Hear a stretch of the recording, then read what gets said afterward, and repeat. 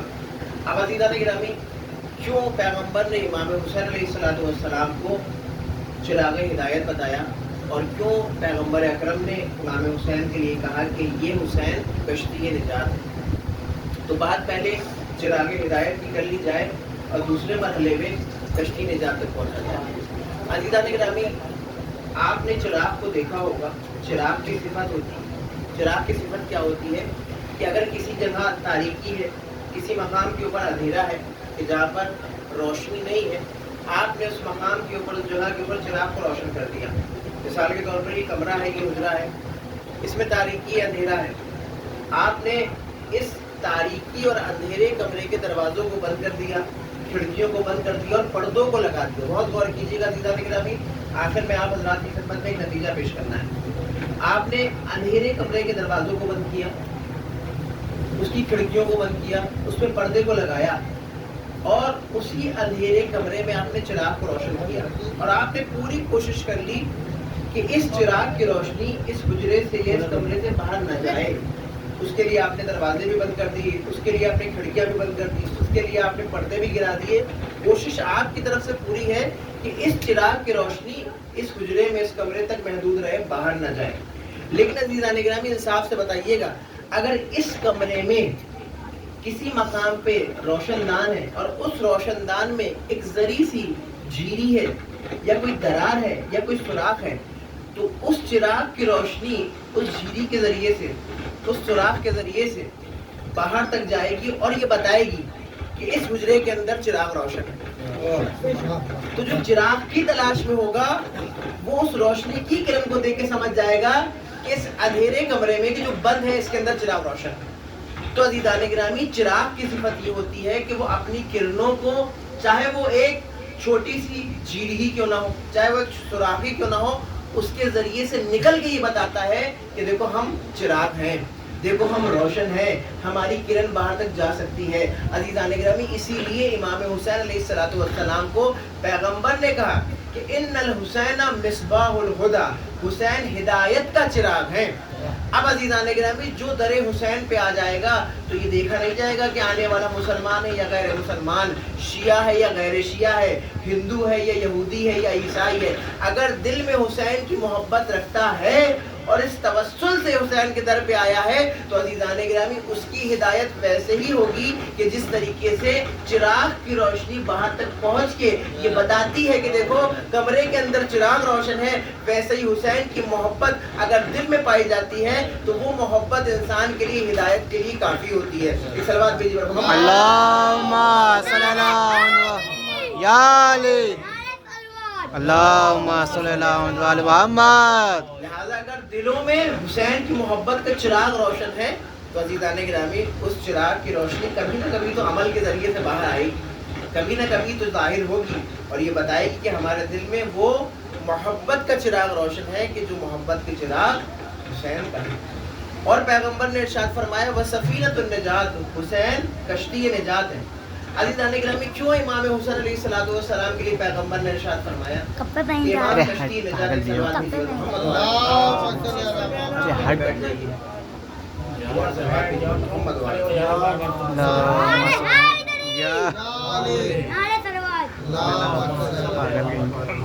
کیوں امام حسین کے لیے کہا کہ کشتی نجات ہے؟ عزیزان گرامی، آپ دیکھیں پیغمبر نے مختلف مقامات کے اوپر، مختلف جگہوں کے اوپر اہل بیت علیہ السلام کو تشبیہ دی ہے. تشبیہ کس سے دی ہے؟ مثال کے طور پر پیغمبر نے ارشاد فرمایا کہ مثل اہل بیتی کا مثل سفینۃ النوح، میرے اہل بیت کی مثال جناب نوح کی کشتی کی ہے، سفینہ نوح کی ہے، وہ کشتی نجات کہ جس نے جناب نوح کی مشکل کو آسان کیا تھا، جناب نوح کو عذاب الہی سے محفوظ کیا تھا. اب عزیزان گرامی، کیونکہ قرآن مجید میں مختلف مقامات کے اوپر، مختلف جگہوں کے اوپر انبیاء و مرسلین کی داستانیں موجود ہیں، کہانیاں موجود ہیں، واقعات موجود ہیں، اور یہ واقعات، یہ کہانیاں، یہ داستانیں کوئی سفینے نہیں کہ ہم نے ذہن میں تصور کر لیا اور ایک سفینہ لا کے لکھ دیا. نہیں عزیزان گرامی، یہ واقعات، یہ کہانیاں، یہ داستانیں حقیقت کے اوپر مبنی ہیں، سچی داستانیں قرآن مجید میں موجود ہیں.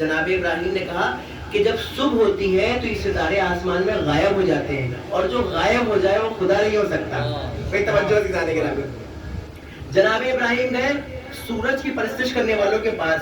لوگ سورج کی پرستش کر رہے تھے، منع کیا کہ یہ خدا نہیں ہے. لوگوں نے دلیل پوچھی کہ آپ کے پاس دلیل کیا ہے؟ جناب ابراہیم نے جواب یہ دیا کہ سورج غروب ہو جاتا ہے، سورج ڈوب جاتا ہے، اور جو ڈوب جاتا ہے وہ خدا نہیں ہوتا. بھائی توجہ دی جانے کے نام. اب جناب ابراہیم گئے ان افراد کے پاس کہ جو بت پرستی کیا کرتے تھے. لوگوں نے دلیل پوچھی کہ اے ابراہیم تمہارے پاس کیا دلیل ہے، ہم ان بتوں کی کیوں پرستش نہ کریں؟ تو جناب ابراہیم نے فرمایا کہ جو بت اپنا علاج نہ کر سکے، جو اپنے کو صحیح نہ کر سکے، اگر کسی کی ناک ٹوٹ جائے تو وہ ناک نہ صحیح کر سکے، کسی کا ہاتھ ٹوٹ جائے تو وہ ہاتھ کو نہ لگا سکے، تو وہ تمہاری مرادوں کو کیا پورا کرے گا؟ لہذا یہ خدا نہیں ہے، یہ تمہارے اندر غلط فہمی ہے، خوش فہمی کے شکار ہو. اب عزیزان گرامی، کیونکہ جناب ابراہیم کا وقت محدود تھا، ہر نبی کا ایک وقت تھا. اس معین وقت کے اندر ہر نبی، ہر ہادی، ہر پیغمبر تبلیغ کرنے کی کوشش کر رہا تھا، دین کو بتانے کی کوشش کر رہا تھا، صراط مستقیم پہ لے جانے کی کوشش کر رہا تھا. کیونکہ بہرحال جو اس دنیا میں آیا ہے اس کو واپس جانا ہے. جناب ابراہیم کا محدود وقت، جناب موسیٰ کا محدود وقت، جناب عیسیٰ کا محدود وقت، جناب یوسف کا محدود وقت. اب عزیزان گرامی مسئلہ یہاں پر یہ تھا کہ حضرت انسان جو ہے، یعنی ہم اور آپ جو ہیں، ایک الگ دماغ رکھتے ہیں. وہ دماغ کیا ہے؟ وہ دماغ یہ ہے کہ کبھی کبھی ہمیں زبانی باتیں سمجھ میں آتی ہیں، لیکن کبھی کبھی ہم پریکٹیکل چاہتے ہیں. زبانی باتیں ہمیں سمجھ نہیں آتی آسانی سے، نہ ہم سمجھنا چاہتے. بعض اوقات ہمیں سمجھ آ جاتی ہے سامنے والے کی بات، لیکن ہم ایک محکم دلیل چاہتے ہیں، پریکٹیکل چاہتے ہیں. اب تک جتنے انبیاء آئے تھے وہ زبانی طور کے اوپر سمجھا رہے تھے، بتا رہے تھے، دکھا رہے تھے، لیکن لوگوں کو اور دنیا کو زبانی باتیں سمجھ میں نہیں آ رہی تھی. لوگ کیا چاہ رہے تھے؟ دلیل چاہ رہے تھے. لوگ کیا چاہ رہے تھے؟ لوگ پریکٹیکل چاہ رہے تھے. لہٰذا پریکٹیکل بھی خدا بند متعال کو دکھانا تھا، پریکٹیکل کے ذریعے سے بھی سمجھانا تھا. بھائی آدم کا زمانہ گزرا، نوح کا زمانہ گزرا، ابراہیم کا زمانہ گزرا، موسیٰ کا زمانہ گزرا، عیسیٰ کا زمانہ گزرا. ابھی تک جو باتیں ہو رہی تھیں وہ صرف زبانی باتیں ہو رہی تھیں. دلیلیں جو پیش کی جا رہی تھی وہ زبانی دلیلیں پیش کی جا رہی تھی، زبانی اعتبار سے سمجھایا جا رہا تھا. اب لوگوں کو پریکٹیکل چاہیے تھا، پریکٹیکل دکھانا تھا اور سمجھانا تھا. لہٰذا جب آخری زمانہ آیا، آخری دور آیا، تو خداوند متعال نے اپنے آخری حبیب کو بھیجا، محمد مصطفیٰ صلی اللہ علیہ وسلم. اللہم صلی اللہ علی محمد اور نعرہ حیدری یا علی بابا کے بلند نعرہ سلوات. اللہم صلی اللہ محمد. آخری نبی کو بھیجا اور آخری آل کو بھیجا. کیوں؟ کیونکہ ظاہر سی بات ہے کہ حجت الہی اللہ کی جانب سے دنیا والوں کے لیے حجت ہے. اب جب آخری زمانہ آیا، خاتم النبیین آئے، اب لوگوں کو پریکٹیکل دکھانا تھا. چاند کی پرستش کے لیے منع کیا زبانی طور کے اوپر، سورج کی پرستش کے لیے منع کیا زبانی طور کے اوپر، ستارے کی پرستش کے لیے منع کیا زبانی طور کے اوپر، بت پرستی کے لیے منع کیا زبانی طور کے اوپر. ابھی تک بات زبانی طور پہ ہو رہی تھی، لیکن دنیا کو سمجھ میں نہیں آ رہا تھا، لوگوں کو سمجھ میں نہیں آ رہا تھا. کافرین و مشرکین سمجھنے کے لیے تیار نہیں تھے، وہ پریکٹیکل چاہتے تھے. لہٰذا جب محمد و آل محمد کا زمانہ آیا تو چاند کے 2 ٹکڑے کر کے بتایا یہ خدا نہیں ہو سکتا، ستارے کو ڈیوڑی پر بلا کے بتایا یہ خدا نہیں ہو سکتا، سورج کو پلٹا کے بتایا یہ خدا نہیں ہو سکتا، اور بتوں کے ہاتھ توڑ کے بتایا یہ خدا نہیں ہو سکتا. لہذا پریکٹیکلی طور کے اوپر اہل بیت علیہ السلام نے پیش کیا ہے کہ دیکھو اصل معنی میں توحید ہے کیا، خدا کہتے کسے ہیں، خدائی ہوتی کیا ہے، کس کی عبادت کرنی چاہیے، کس کی پرستش کرنی چاہیے، کس کو معبود حقیقی ماننا چاہیے. تو عزیزان گرامی یہ نبیوں کا دور گزرا ہے، یہ نبیوں کی تاریخ گزری ہے، لیکن پریکٹیکلی طور پہ جو سمجھایا ہے وہ محمد و آل محمد نے سمجھایا. ایک سلوات بھی محمد اللہم صلی اللہ علی محمد. اب بات ہو رہی تھی سفینۃ النجات کی. میں اپنے موضوع سے نہیں ہٹا، مجھے اس کو کنٹینیو کرنا ہے. آپ دیکھیں کہ انہی داستانوں میں، انہی کہانیوں میں جناب نوح کا بھی واقعہ ہے. جناب نوح کون ہے کہ جن کی عمر 3500 سال تھی. یہ بعض اوقات کنفیوژن ہوتا ہے شاید پڑھنے والوں کی طرف سے بھی اور سننے والوں کی طرف سے بھی کہ جناب نوح کی عمر 950 سال تھی. ہرگز ایسا نہیں ہے. جناب نوح کی عمر جو تھی وہ 3500 سال تھی. جناب نوح کو جو ٹائم ملا تھا تبلیغ کا وہ 950 سال کا ٹائم تھا. جناب نوح آئے دنیا میں 3500 سال انہوں نے زندگی بسر کی، زندگی گزاری، اور 950 برس انہوں نے تبلیغ دین کی. اب عزیزان گرامی جو 950 برس تھے اس میں جناب نوح نے اللہ کے پیغام کو بتایا، اللہ کے پیغام کو سنایا، لوگوں کو ہدایت کے راستے پہ لانے کی کوشش کی، لیکن جناب نوح کی جو قوم تھی وہ سرکش تھی، وہ بے کہی تھی، وہ باتوں کو نظر انداز کرتی تھی، وہ باتوں کا انکار کرتی تھی۔ اب عزیزان گرامی، لوگ یہ کہتے ہیں کہ بھائی اس زمانے میں کوئی عالم یا مولانا ممبر سے تبلیغ کرتا ہے لوگوں کے اوپر اثر نہیں ہوتا۔ عزیزان گرامی تعجب نہ کیجئے گا، وہ تو معصوم تھے، وہ تو نبی تھے، جب نبیوں کی بات کا اثر لوگوں پہ نہیں ہو رہا تو مولانا تو پھر بھی غیر معصوم تھے۔ تو اگر کسی پہ اثر نہیں ہو رہا ہے تو اس کا مطلب یہ نہیں ہے کہ مولانا کی زبان کا اثر ختم ہو گیا، اس کا مطلب یہ ہے کہ شکم میں اتنا حرام جا چکا ہے کہ آپ صحیح بات کو صحیح اور غلط بات کو غلط ماننے کے لیے تیار نہیں ہیں۔ اس زمانے میں بھی ایسا تھا، لہذا جناب نوح سمجھا رہے تھے، بتا رہے تھے، بتلانے کی کوشش کر رہے تھے، صراط مستقیم دکھا رہے تھے، لوگ نہیں مان رہے تھے۔ 950 سال بہت لمبا پیریڈ ہوتا ہے، بہت لمبا ٹائم ہوتا ہے تبلیغ کے لیے، دین کو بتانے کے لیے، لیکن لوگ نہیں مان رہے تھے۔ آخر میں جناب نوح عاجز ہو گئے، اور عاجز ہونے کے بعد اللہ کی بارگاہ میں ہاتھوں کو بلند کیا اور اپنی امت کے لیے، اپنی قوم کے لیے بد دعا کی۔ جب اللہ کی بارگاہ میں بد دعا کی ہے جناب نوح نے، تو وہی الہی نازل ہوئی۔ وہی کیا نازل ہوئی؟ وہی نازل ہوئی کہ اے نوح عذاب کا آنا حتمی، عذاب آئے گا کیونکہ آپ نے بد دعا کی ہے، لیکن پہلے اپنے کو محفوظ کیجیے اور اپنے شیعوں کو محفوظ کیجیے۔ جناب نوح اپنے زمانے کے ہادی تھے اور رہنما تھے، اپنے زمانے کے امام تھے جناب نوح۔ عزیزان گرامی، کسی بھی زمانے میں، کسی بھی دور میں جب عذاب آنے والا ہوتا ہے نا تو دنیا غرق ہو جاتی ہے، دنیا ڈوب جاتی ہے، صرف وقت کا امام باقی رہتا ہے یا اس کے چاہنے والے باقی رہتے ہیں۔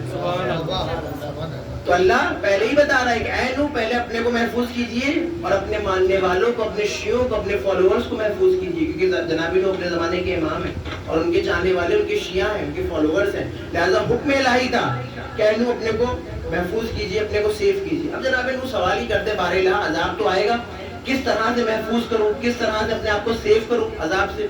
تو اللہ نے کہا ہے نوح فکر مت کیجئے، ہم نے آپ کو بتایا نا آپ کو محفوظ کرنا ہے، اپنے کو ہم طریقہ بھی بتائیں گے۔ جناب نوح نے پوچھا کہ بھئی کیا طریقہ ہے؟ کہا آپ کشتی بنائیں، ایک کشتی نجات بنائیے۔ اب جناب نوح جہاں پر رہتے تھے اس مقام کے اوپر نہ پانی تھا، نہ پانی کا وجود، نہ کوئی دریا تھا، نہ کوئی سمندر تھا، نہ کوئی نہر تھی، تو جناب نوح کو حکم دیا گیا وہاں پہ آپ کشتی بنائیے۔ اب جناب نوح نے کہا کہ بھئی یہ جنگل ہے، بیابان ہے، صحرا ہے، ریگستان ہے، یہاں پر میں کیسے بناؤں، مجھے تو بنانا بھی نہیں آتی۔ تو خداوند متعال نے کہا کہ اے نوح پریشان نہ ہوئیے، کیوں؟ کیونکہ آپ ہماری راہ میں کھڑے ہوئے ہیں، ہمارے راستے کے اوپر باقی ہیں، لہٰذا اس کشتی کو کیسے بنانا ہے ہم آپ کو بتائیں گے۔ عزیزان گرامی، جب اللہ کے اوپر توکل ہوتا ہے نا بندوں کو، جب اللہ کے لیے کوئی کام انجام دیتا ہے نا بندہ، تو اللہ بھی اس کا ساتھ دیتا ہے، اس کو راستہ بھی دکھاتا ہے اور اس کی مدد بھی کرتا ہے، جیسے جناب نوح کی کر رہا تھا۔ وہی نازل ہوئی کہ اے نوح پریشان نہ ہوئیے گا، آپ کی مدد کے لیے جبرائیل آسمان سے آئیں گے، میکائیل آسمان سے آئیں گے، وہ آپ کو بتائیں گے کشتی کیسے بنے گی۔ لیے بھائی جناب نوح کو حکم دیا گیا کشتی بنانے کا۔ اچھا، کشتی بنانے کا حکم کہاں دیا گیا؟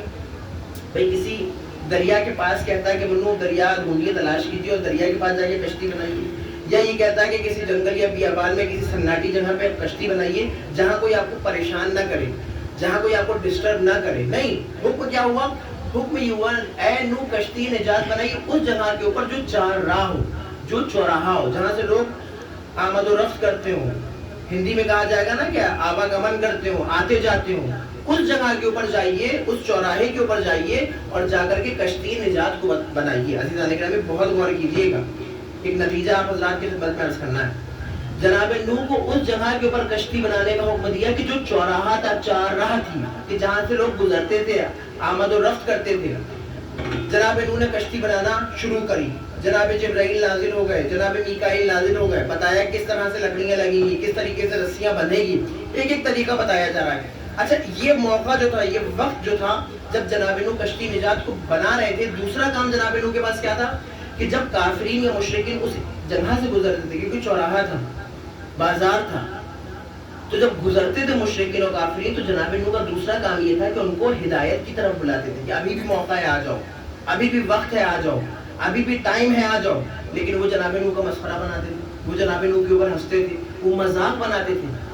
اللہ کا نبی بلا رہا ہے کہ ہدایت کے راستے پہ آ جاؤ، ابھی بھی موقع ہے، وقت ہے، سوار ہو جاؤ، لیکن وہ جناب نوح کی بات کو سنا کر رہے تھے۔ لیے جناب نوح نے جب کشتی بنا لی تو وہی الہی نازل ہوئی کہ اے نوح اب اس کشتی میں سوار ہو جائیے، خود بھی سوار ہو جائیے، اپنے شیعوں کو بھی سوار کر لیجیے۔